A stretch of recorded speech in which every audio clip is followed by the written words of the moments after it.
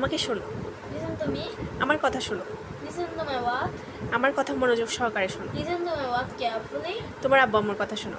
Listen to my parents. Come here, এখানে আসো। Come there, এখানে যাও। Come to me. আমার কাছে আসো। আমার সাথে আসো। Come with me. তোমার আম্মুর সাথে আসো। Come with your mother. ডেইসে আসো।